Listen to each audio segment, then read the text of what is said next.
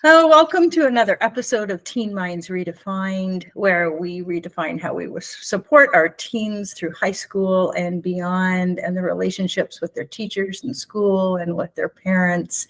And today I welcome a special guest, Stefan Glazer, who I'm so excited. But what I'm going to start with is, let's start with your bio. I'm going to read your bio. I'm going to let everybody know who you are. And Stefan is an author, and he just released a book. Well, how long ago did the book release? Let me ask you that.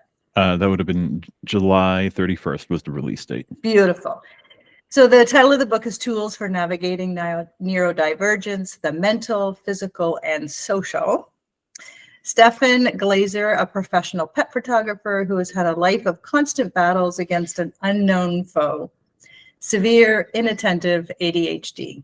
He was diagnosed at the age of 39, and his world turned upside down. At the same time, everything started to fall into place. As he learned more about himself and his struggles and how his mind worked, he realized he set place a good amount of safety and backup systems to keep him on task and create habits that will help him move forward in life. So it's those systems and tools that helped him be more like those who are neurotypical, while those who are neurotypical have no issues with concepts like meditation, mindfulness, utilizing lists and notes, and talking to therapists could help. Neurodivergent individuals are at a disadvantage when approaching these concepts as one with a typical mindset. So he sat down, he wrote his book. I'm so glad he did. I have so much I want to talk about in this book, but first I'm going to let you just tell our audience anything I missed, anything you want to start with first. Yeah. So first, thank you so much, Cheryl, for having me on. This is something that is new to me. I did not set out to be an author. I didn't even set out to write a book. It just happened, which is always kind of funny. But once it started happening, I realized there was a lot more to it. And myself, I am a photographer. I do pet photography, which is a very niche area of photography, but it's something that also kind of fed into my neurodivergence because I love animals. I don't have to work with people. It made things a lot easier for me. And, I am also a podcast host. I have a podcast where I explore a lot of other people's neurodivergence, and it's called Navigating Neurodivergence. And, my entire life led up to this point of this year of going, I think it's time to help people. And everything has been geared toward that now, since writing the book, since changing my idea of the podcast, and even in my daily interactions with people. That's what I do. I want to help people. I want people to hear their stories, and I want people to be able to tell their stories. So that's me in a nutshell. That's beautiful. And it's funny how, and they say this, like once you put someone else in the driver's seat, like so helping someone else is your focus, then it just goes from there. When it's about you, you get stuck. But when it's about somebody else, and I think that's beautiful. And this book, you know what I loved about it? Oh, I loved a lot about it, but I love that I could read it in pretty well one seating. Well, it was in one space, but I felt like it was written by a neurodivergent for a neurodivergent. There was no fluff. There was nothing to, I'm going to go in this area and then I'm going to talk about this and then maybe I'll come back to mindfulness. It was just so bang, bang, bang. And the whole time I'm reading, I'm like, he wrote this exactly for me. And I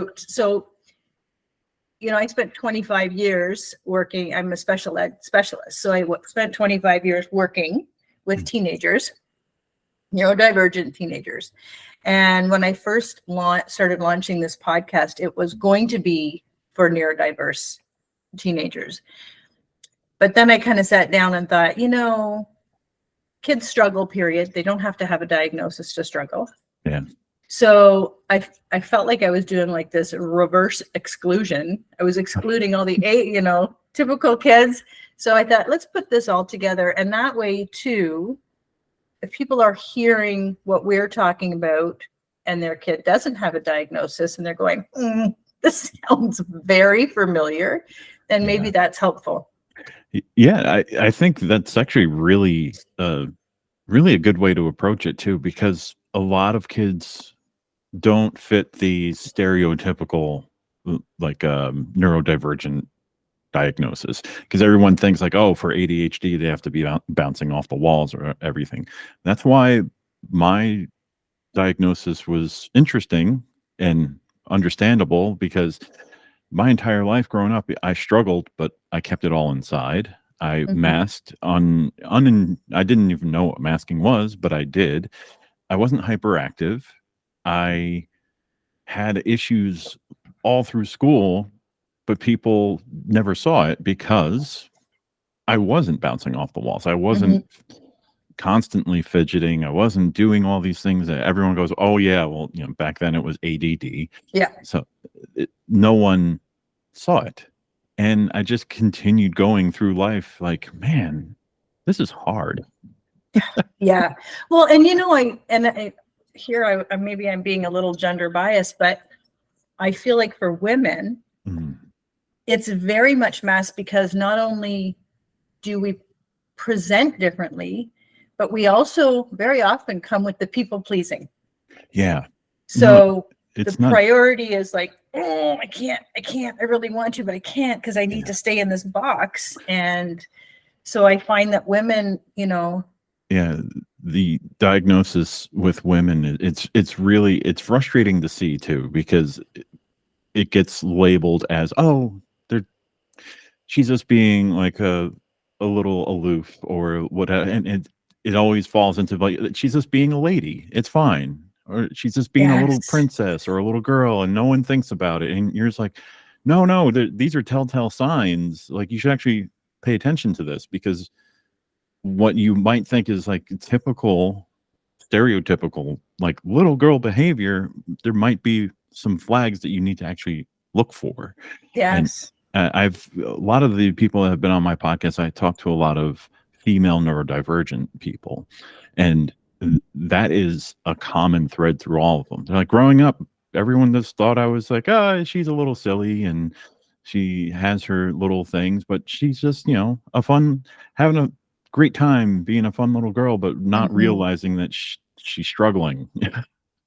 Yeah. And even in school, like I remember, like, now, like I'm smart. I can pick something and I'm smart. But when I was in school, I got great grades and obviously the subjects I loved. Yeah. But when it came to anything like laser focus on math or science, or I was done. If you talk about math to me now, my skin crawls. Like, it's like, so it's so like, it's traumatic for me, that part. So that's where you go back to school and say to teachers, listen, there's got to be a different way. And there are many different ways. And we won't go down that path today, but that's just sits with me, because I see, I imagine all these kids sitting there like me going, I know I can learn this, but this is not how it's going to work for me at all. And then and I hate to be biased, but I am against many, not all, math teachers or science teachers, is that they're very black and white in their teaching, because their subject is black and white. And so there's no diversity there. And it's really hard to like change their mind. But anyway. Yeah. I was going to say that's actually a really good point too. And it showed for me growing up, math was always that was my kryptonite. And I found out it was because I have a very mild form of dyscalculia. Wow, I really struggle with that word still to this day. But what was strange for me is that I didn't know, because of the ADHD, I have superior pattern recognition. So I would look at numbers, and even though it would take me longer to figure out how to get to the answers in math problems, I learned because of pattern recognition. This shape and this shape makes this shape. This shape and this shape. Okay, now we're multiplying. Well, now I got to know that this many shapes and with this many shapes does this much. And it became like, all right, pattern recognition until algebra. They put letters in with the numbers and it broke my brain. Wow. And instead of having a different teacher teach it when I failed it the first time in high school, for 3 years in a row, they gave me the same teacher. And that same teacher taught it the same way every time. Oh my gosh. So I was never, I started at a loss. Like you if you're not going to teach it differently, I'm not going to learn it. Yeah. So. Yeah, exactly. And I think about even the kids who know the answer, like you, their brain calculates it and the answer's there, but they want step by step by step by step. Put in the steps so you don't get the marks. Put in the steps. Like, oh my gosh. Talk out the steps. Talk out the steps. Just let them put their answer in. Like, I just find that so. Anyway, okay. So let's go to the book because so much information. So I'm going to talk to me about shiny object. Listen, I just did a complete purge in my office and my space here. And I'm laughing because I had 600 loads of paint and brushes and glue and canvas because I did one paint night. Haven't touched this. Yeah. So talk to us about shiny objects. So the big thing, and I almost didn't include the whole topic of shiny object syndrome just because it was brought up to me by my editor because she was talking about her husband. And I was like, I never thought about it. But then I started doing the same thing, kind of looking around of all of these little, like, oh, this is going to be great. This is going to be my new hyperfixation. This is going to be the thing. And I might have enjoyed it for that night or maybe 2 nights. And then I never touched it again for years. And my office was filled with things like that. I was like, oh yeah, here's that. And I was like, oh man, I have to write about this because it's something that, it will spark that dopamine hit. Our brain will be like, yes, this is the thing. But what's also good, it's good and bad. Having that shiny object syndrome means that we can get into new things quickly. True. But the bad side of it is then we feel shame when it isn't the thing. And shame's always a big problem with people with ADHD, especially because we feel things a lot more than the average person. And that shame will keep kicking you over and over again, especially if the object is sitting there and you see it and then your body just relives that feeling of like, that was supposed to be the thing. And now it's not. Bingo. Yeah. But the good thing is when you do find the thing, because there is a thing out there, we all have a thing, you will realize that, oh, this is a completely different feeling because that's how I am with photography. People have asked me, they're like, well, you've been a photographer all your life, right? I'm like, no, I started 8 years ago. I'm 42. And 8 years ago, I picked up a camera for the first time. And I was like, I kind of like this. And then I was like, well, I still like this. This was well before my diagnosis. And then I noticed a year goes by and I'm still doing it. And I still have that feeling every time I pick up a camera. I'm like, there's something to this. I'm gonna pursue this. And then after my diagnosis and finding out about how certain things have this wonderful gleam to it, and then the luster fades away really quick. And I was like, but wait, what about photography? And then my brain went, oh, because that's my thing. Yeah. I didn't realize that was my thing because I can still grab my camera to this day and go, I feel it. And I'm like, oh, I'm going to create something. I'm going to do something. I'm going to take great photos. And that is a real big positive of having this shiny object syndrome is because you will bounce. from thing to thing to thing to thing. But when you find something that really does resonate with you like that, it will stay. And I find that actually happening a lot with a bunch of different neurodivergent people. Is some of them, I have a friend in his late 50s, finally figured out what he wanted to do when he grew up. And all it was, very simple. He really found love in gardening. Of all the things he could, he had a career as an engineer. He did all these things. He retired early, and he had no idea what he was doing with his life, because everything that he would do, he's like, I have money, I've traveled. That's not it. Like, I've tried new things, I picked up new things. And then somebody bought him an orchid. And he was just like, I'm going to keep this thing alive. I'm going to watch it grow. And he's like, I wonder what else there is. And then 2 years later, he has this beautiful flower garden in his house. Everything outside is like beautifully landscaped and everything looks amazing.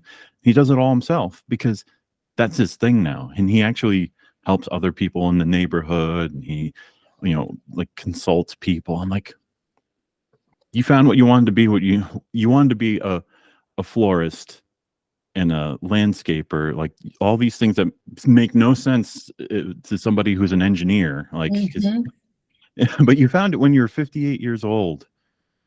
How awesome is that? And he's like, yeah.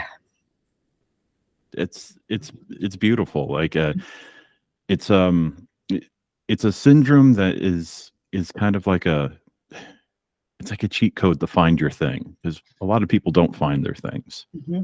Well, you're giving me goosebumps as you're talking, because I loved my career with working one-on-one with kids and helping families with neurodivergent kids. And then I stopped working. I took an early retirement to do this, to rather coach parents, and I started with a podcast. And it wasn't until, and I just started this podcast in October, but it wasn't until I did 2 or 3 episodes solo. And then I accidentally had a guest and loved it and realized that this is my thing, because I could actually focus on our conversation for more than 7 minutes without staring at the person and my brain going, oh my God, I forgot to take out chicken for dinner. Like, it's, and staying there. And then I got to go to the grocery store and then coming back going, oh, I have no idea what they just said. So I can do that. So I think, oh, yeah, you're right. This is my thing. And to be able to, now, Concerta helps. I'll give you that. But I honestly don't think I would be able to get, if my mission is to help people, and the way to get my voice out is a podcast and drawing all this information from experts like you, that's going to help my audience. There's my thing. So 100% you're right. And look, I'm 59. So I'm a year back from that guy. So there you go. And I couldn't save a cactus. So hats off to him. I applaud you, because this is one of my, like, I feel lucky because I found 3 things in my life that when I can pick it back up and always feel it. This platform, podcasting, is one of them, because I have that desire to connect with people. And what better way to connect with somebody than doing it this way, where I don't have to go anywhere. I don't have to worry about anything like, oh, I got to make sure I have all this stuff. No, I can just sit down and have a conversation, a real meaningful conversation, because it's a like-minded person. And I get so much out of it. Like, I personally get something because I get to hear people's stories, and then I also get to connect with that person. And then I also get like all these little bonuses, like, oh, this is going to help my listeners. This is going to help the people that are also struggling with whatever they were struggling with. And it's like, wow, this is great. And writing became that. Writing was always that. I just didn't realize it. That's what was really strange about writing a book, is I wrote it from concept, from my initial like brain dump of 25 unintelligible pages of notes that I wrote to writing a full book, edited and everything, took only 7 months. That wasn't, Wow. it was not like, oh, I sat down for years putting this together. I had my first draft done it would have been May of this year. And my mind was kind of like, did I really do that? Did that really happen? And I was talking to my business coach, and she even said, she's like, you and I have been focusing on your photography this entire time and growing that. You didn't tell me you were a writer, because she's an author. And she's like, you have it in you. And she goes, open up your Google Docs and just tell me how many like documents do you have in there? I was like, oh, there's thousands. I'm like, she goes, why? I was like, well, sometimes I open one up and I'll just kind of journal it, or like write something, or if I have like a funny idea, I'll just like write on it for a little bit. She's like, you're telling me all these like writing behaviors as writers and authors always pursue. I'm like, huh. She's like, it's been there the whole time. We just never even pursued it or looked at it because I didn't know that you did this until right now. And I was like, interesting. But it's a thing. It's one of those things. So I have these things now where I can go to and be like, I'm going to sit down and write today. And I know that as soon as I open up a document or a journal and I just start writing, it's going to keep flowing out. And I feel lucky that I found that, because it's fulfilling in so many ways. And especially when I hear, like, when you say all these really kind words about the book, it's like, it's validating, but also it reminds me that, yes, I wrote this book for us. It's by us and for us. Yeah. And that's so important, because there aren't many books. 'Cause I have a ton of books on my bookshelf, and they're all very clinical, all very from the perspective of a neurotypical person, and none of them with like real world examples of how they did it. So to be able to give light and a voice to that type of life for everyone to see, it's fulfilling in so many ways. That's so encouraging, because I have a book in the back burner here that's been 20 years in the making. And I change topics every once in a while. I have this book over here and this book over here. And yep. So the next thing for me is going to be an ebook, just to get it out there. But anyway, thank you for that, because I'm just going to keep plugging away. Okay. So tell me, what was your trick to focus on writing this book? How did you sit down and actually do it? Okay. So I modeled it after what an author friend of mine, he's a great fantasy author. His name's Sam Sykes. He has a ton of books out. He has really, really intricate stories and universes he creates. So I'm like, how do you write a book? And he goes, one, what? Because he had no idea. And I was like, well, I'm gonna be putting together a book. And he goes, all right, well, write 1,000 words a day. And I said, that does not help me. And he goes, okay, what's wrong? Like, why does that scare you? I was like, first of all, I don't know what 1,000 words look like. And he gave me the best advice ever. He goes, all right, well, sit down and actually just write about a thing. Like, you have an outline for your book, because that brain dump, I pulled out small pieces and made an outline. That was the first step. But to actually write, to get in the habit of writing, I would take one little bullet point and write about it. And for all the ADHD people, especially severe and attentive ADHD people, if you're writing, I made it almost habitual, like it was a big ritual for me. I would sit down, I would open up, and people go, this is a lot of steps. I open up my Google Doc, and I have a thing that makes the screen black. The text is white. Sometimes it's green. Like, I do it on my laptop where it looks green. So it looks like old monitors, makes me feel at home. And I literally have nothing. I make it full screen and it's just the words. No tabs. No tabs, nothing I can Oh. click on, nothing. I turn off the spell check because when I see the red squiggly line, it makes me stop. Oh. It's, but I will also give another tip for that is when you're done, turn it back on and actually go through your doc. Because my first draft I sent to my editor and she's going through it and she's like, I have 100 and something pages of information, really good. I have notes for you, but did you spell check this? And I went, oh, I forgot to turn it back on. Because, that's I know me and I know those pitfalls I have. If I see the spell check, I stop what I'm doing and I'm going to go back and be like, all right, well, how do you spell this word? And instantly I know where it's going to go. It's either going to give me the suggestion or I'm going to go, well, I thought it was, and I open up another browser and I start searching the word and then thesaurus. Is there another word for it? Can I have a different? Oh, I forgot to take this out for dinner. Yeah. An hour later, I'm sitting there learning about the etymology of a word and how it was first used in 1813. And I'm like, wait, what was I doing? And oh my God, I feel you.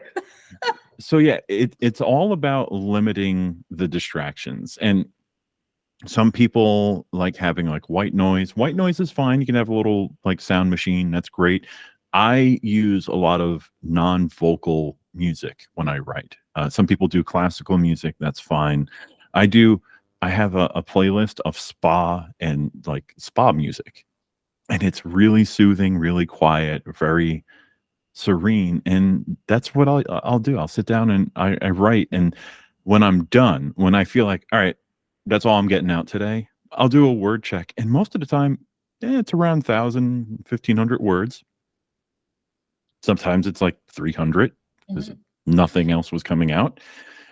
And then sometimes you'll sit there for 4 or 5 hours and punch out like 4,000 or 5,000 words, like just like cohesive, like, okay, I'm just in the flow of doing this. And the most important part is some days I didn't write at all. And I didn't beat myself up for it. I think that was probably the strangest thing, because normally if I wouldn't do something, you just go, well, great. Yeah. Like, great. Yeah, exactly. But I kept going. Like, I was like, all right, I didn't write for a day or 2 days. And then I did.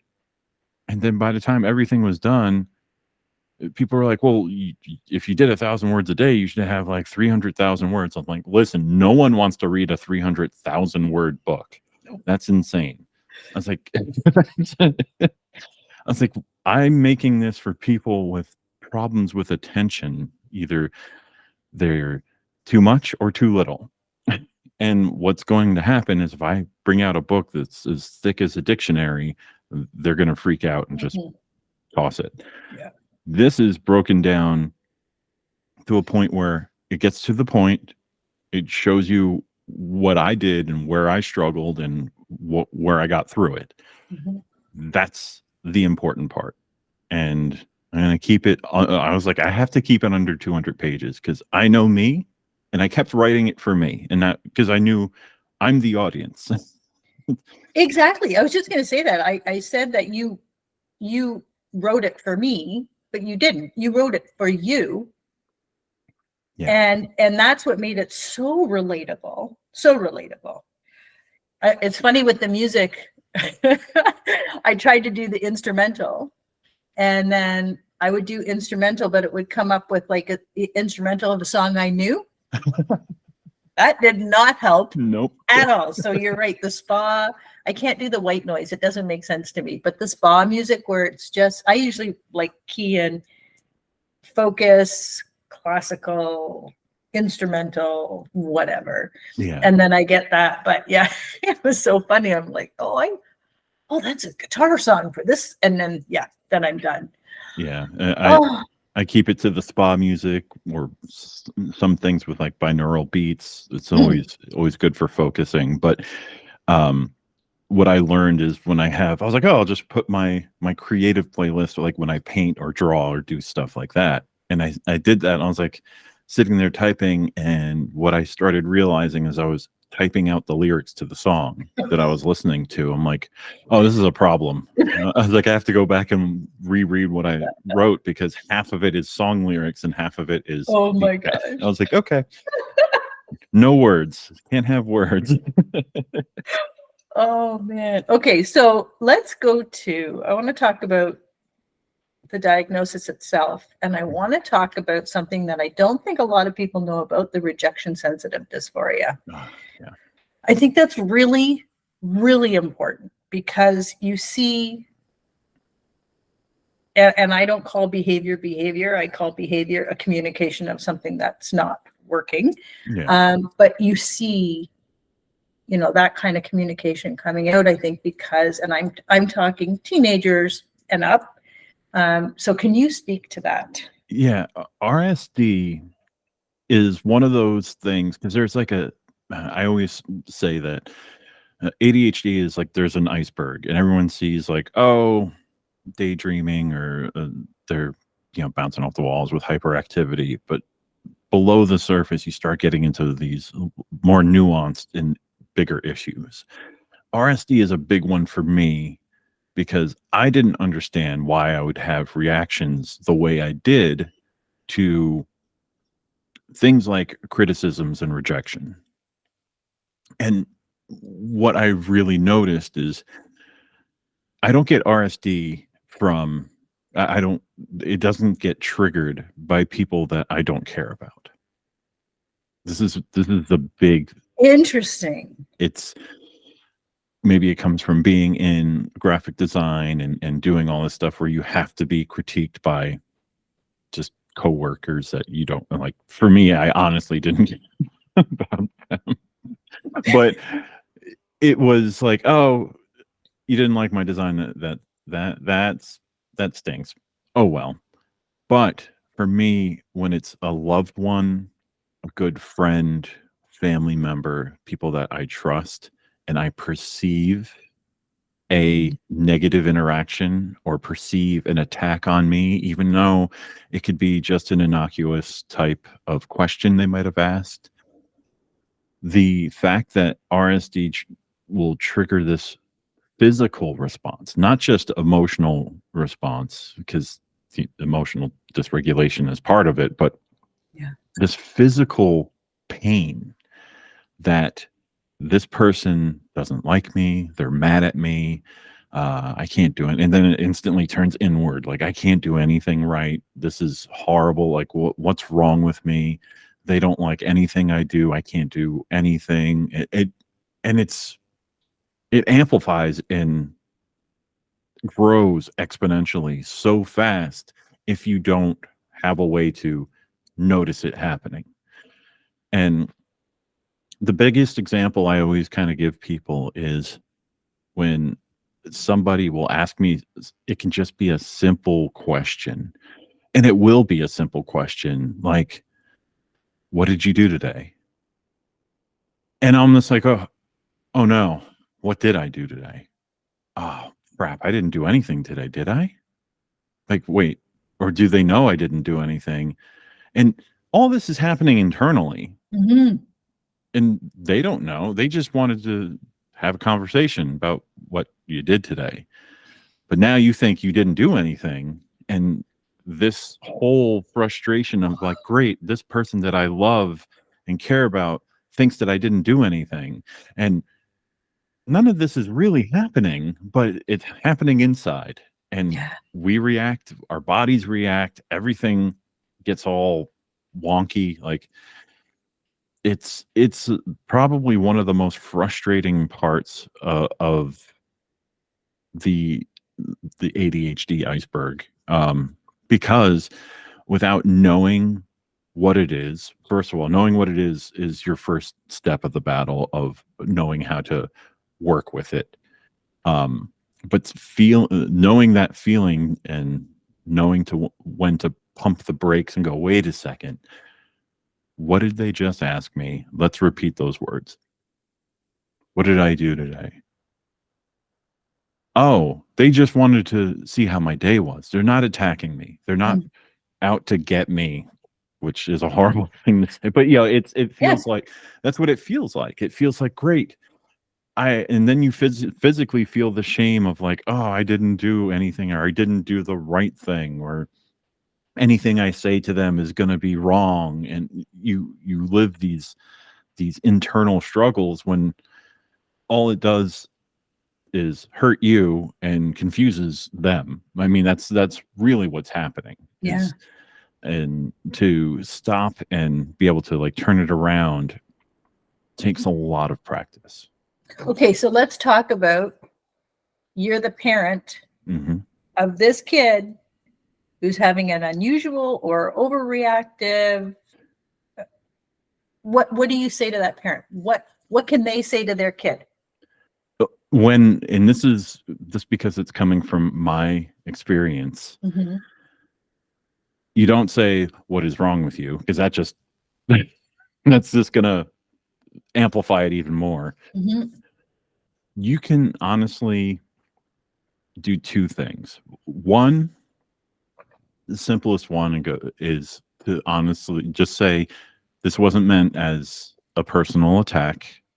I just wanted to know, whatever the question that you can just reiterate the question, but preface it by, saying that wasn't a personal attack. I'm not trying to do it. Because when you recognize it and then they hear you, because my wife started doing that with me after I was diagnosed, and it gave me a second to go, oh, okay. So you're just trying to have a conversation with me. Okay. Ooh. That's so good. It's amazing what just a few words can actually do to an interaction like that. Because even if you are spiraling and going, like, getting out of control and your mind is going crazy, being able to have somebody hit the brakes for you and make you stop is really good. And the other one is part of like it was in one of Joe Dispenza's books. The Change Game is one of my favorite things ever, because I glommed onto it right after my diagnosis, and I was reading through the Breaking the Habits of Being Yourself, and I was like, oh, the Change Game. So as soon as I started feeling that, the word change would pop in my head. And now it wasn't instantly, it took time, but I did it every day. Anytime I started feeling an old feeling of like, oh, I'm getting like riled up, overwhelmed, rejection, just pain from like not being good enough for whatever the situation was, I would hear that word, no, change. And I would stop. I'm like, why did I just say change to myself? Oh, but then it became more like, okay, it's happening, change. And I was just like, yeah, I'm not going to do that. I'm going to clarify. Let's clarify. And it wasn't an overnight thing. Nothing's ever an overnight thing. It took me a couple years to get to a point where it happens on the fly now. Nice. So it's like, oh, yeah, I feel it. Okay, it's gone. I'm like, all right, let's continue this conversation. And I love that for the parents is twofold. If they find this strategy, because I find some of us parents have this ego. And so when our kid reacts to that, we take it personally. Like, what the hell? What's with the tone? What's your problem? Blah, blah, blah, blah, blah. And guilty. I've got 2 older kids, and so I know, but so to kind of be able to recognize, like you said, recognize what this might be and use those words instantly kind of like eliminates that whole spin. Oh, and then they go to the room and they slam their door, and all I did was ask him what his day was like, right? So stop. And I'm a big proponent for the 4 agreements, especially when it talks about when I think about parenting teenagers. Like, don't take it personally. It's not about you. Yeah. And if you have that conversation that you just talked about, you're wiping that whole situation out. And I love that. That's good. Good. Okay. Let's talk about, I love the voice and the 5-minute chat. That's golden. That's golden. Yeah, I had to explain that in the best way I could. It was really hard to really write out because I had to sit in it and remember the fights that I would have with myself about this voice in my head. And I was like, who are you? Are you me? No, you're me. No, you are, but you're not. And then I was like, well, why are you stopping me? And I was like, well, boom. I was like, oh. I was like, man, if I tell somebody this, if I tell a psychiatrist this, they would probably look at me very strangely. But it's that inner dialogue that is so prevalent, and you are not the first person to go like, oh my God, you got it with the internal fight and struggle with this voice that's stopping you from doing all of the things. And even if you stop doing it, it goes, okay, great, now we're going to do something completely else. And you're like, but I just did the thing that you said that we weren't. Why do you want to do this now? It's like the same, what are you doing to me, voice? I had a friend that I've known for a few years. She's in Sweden, and she was like, if I finally understand the voice. And I was like, oh.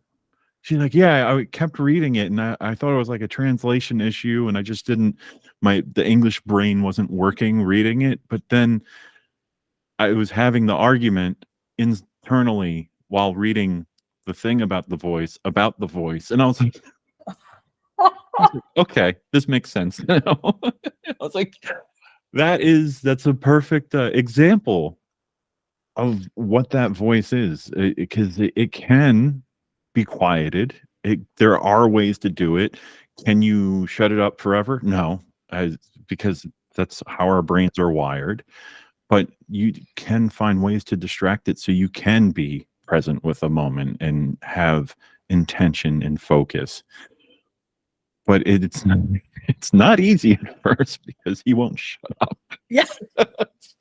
I just love that. Just have that 5-minute chat. It's almost like fear or ego. It's like, listen, I know you're here and I know you're not going away, but just take a back seat while I get shit done. Yep. Exactly. That's great. Okay, so I want to talk about medication. Mm-hmm. So here's my experience with medication. First of all, in the public high school system and working with 300 different kids a year. So lots of kids. And came up a lot of resistance to even approaching this topic with parents. Yeah. Without feeling, I'm not a doctor, I don't diagnose, but sometimes there's a fuel that, you're not getting in your gas tank, and it's like insulin, or it's like wearing glasses and all of that. So yeah. I've known forever that I've had ADHD, but it started seriously impacting my world about a year ago. And so all the strategies I gave the kids were not working for me anymore. So I went, got checked out, tried a medication. And the first time I noticed was in a staff meeting, when I literally, at every staff meeting for 25 years, once a month would get a stomach ache, would have my doodle pad and my pen and my coffee and whatever I needed to kind of get through it. And 5 minutes in, I would almost feel like I could throw up because I could not sit there and focus any longer. It was physically affecting me. Yeah. And I started Concerta and didn't even put the two together, had my next staff meeting, sat through the whole thing, took notes, didn't go to the washroom, didn't pace, didn't fidget. Well, I fidgeted a bit, but and when I left there, I was like, oh my God, what's the factor? So changed my world, literally changed my world. So, Yeah. and I want to talk about this because it's such a pandemic when kids, I found 15, 16, were really struggling, weren't approaching the medication, and decided to self-medicate. Yeah. And I found that there was this common thing that had this huge effect on kids with ADHD, self-medicating with weed, and it was not good. So No. you talk to us about that. Yeah. You know, I am an advocate of anything that works for you that is of like medically guided like that, because there's a lot of medications now in this field. And when there are people that are severely struggling with this, getting on the right medication on the right dosage there's nothing wrong with that. People that ask me, because I was on Adderall XR and standard, because I kind of had like a regular dose later in the day if needed to supplement my extended release. And I was on a bunch of other things too, like Wellbutrin and all the things that accompany ADHD. They're like, here, you probably want all this stuff. And people hear now like, well, now I don't take anything. And they go, that you're off your medication? I'm like, yes, but I don't recommend people do that. And a lot of people ask me why. I was like, I made it like through all this, and I talked to my psychiatrist about this, that I wanted to try this with all of the tools I had in place, all of my physical, mental, and even social tools. Just I wanted to get off the medication. Just I wanted to see if it could be done, but I had to stay so steadfast in my practices. And I could tell you, as a teenager, I would have killed to have the medication to get through. It would have made my life easier. And I would have never wanted to have to struggle or fight. And it's so important for parents to know that too. It's like, it's not a cure. It's kind of like finally saying like, oh, your shoes have been tied together this whole time and we've been making you run a marathon. Now let's actually untie them so you can go. Yes. And I tell everyone, like, my journey completely different than everyone's journey. Like, I'm okay. And I say that like, okay, not great, not like perfect without the medication. I just know how to handle the issues that I come across. So that is a big difference than somebody just figuring out that, oh, I have ADHD and I don't know what to do. Like, I have ADHD and I do know what to do because I've been working at it my entire life without knowing it. I lucked out that way. So medication is just as important as these tools, especially if you combine them at that younger age, getting through school, getting through social interactions, getting through all of that. They're going to thrive in a way that you've never seen before, because they'll know how to handle the social engagement. They'll know how to organize themselves to get through their classes their way. And they'll have the focus and attention to do so because the medication will help tune out the noise that's going to pull them away from the main focus. Yeah. And they're at an age when they care. Yeah. When it's so important in every sense of the word, academically, socially, maturing, all of that matters so much when we get to our age and you've used your tools, you've used your meds, you've used your strategies. And then we get to a point where I don't really care what anybody thinks about me anymore. I don't. I seriously, none of my business, don't care. Mm-hmm. But we have to get there.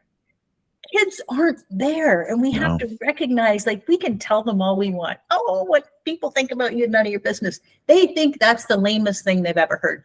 What everybody thinks is my business, and I need to be popular, and I need to be connected, and so if one of the strategies is medication, so they can now refocus and react and have those skills and have those strategies with the meds.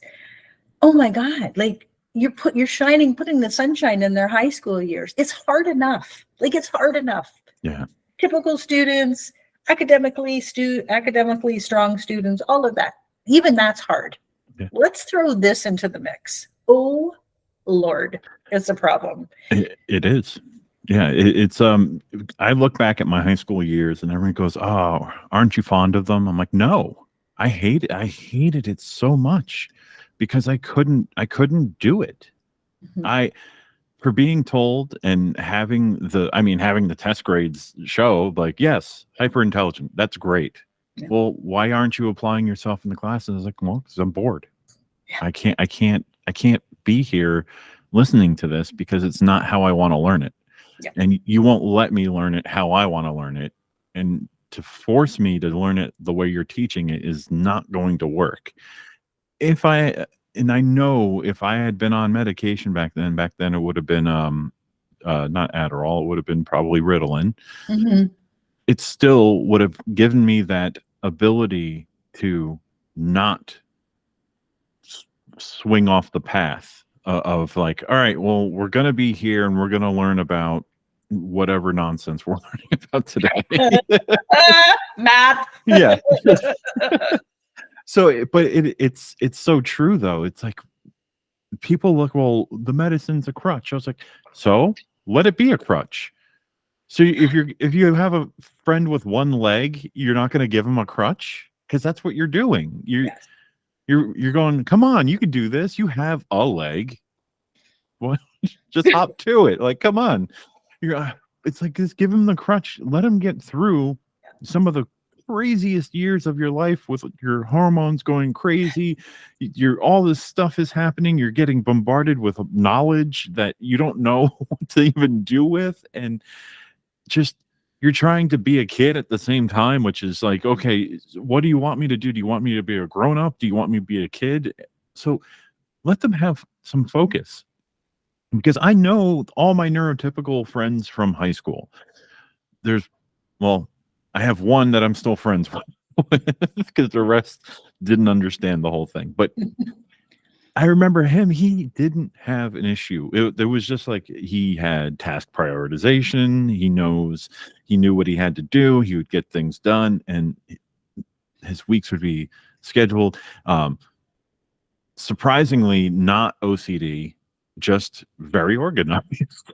So I always applauded him. He's like, yeah, this was easy for me. Like, this is this natural stuff. I was like, you hit the brain lottery for high school because whatever they told you, you found like, yeah, I can do this. This is simple.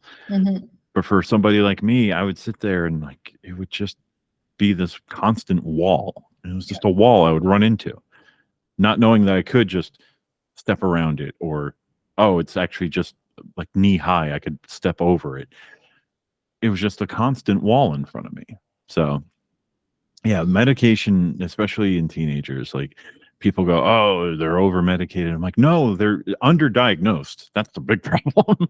Yeah. You know what? Let's wrap up with this one because I want to know how you feel because I know how I feel when I hear somebody say, oh my God, everybody's getting diagnosed with ADHD. Yeah. I'm happy that everyone's getting diagnosed with ADHD because what it shows is not that, oh, it's the fashionable thing. It shows that growing up, we failed a lot of people that they weren't diagnosed, that they weren't seen. Like when I was diagnosed at 39, people go, you have ADHD? How's that? How?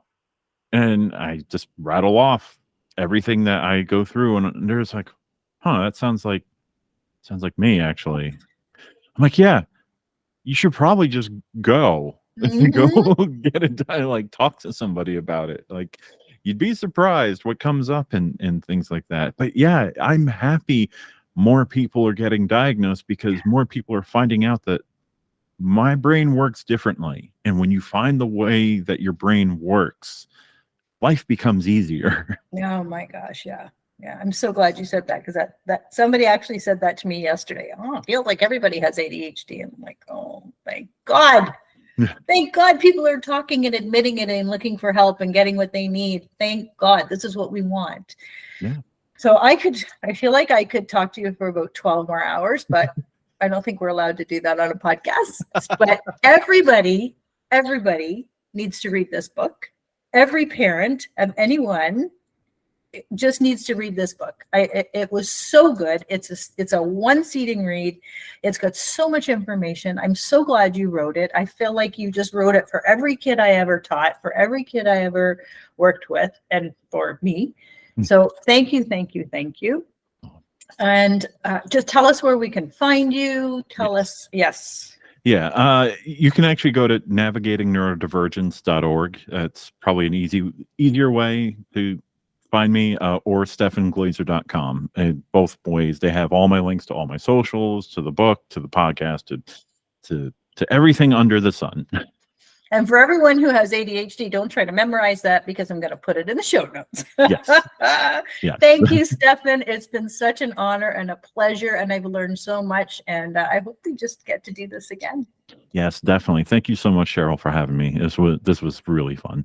Good. Thank you for listening. Teen Minds Redefined. Thanks for stopping by, and we will see you next time.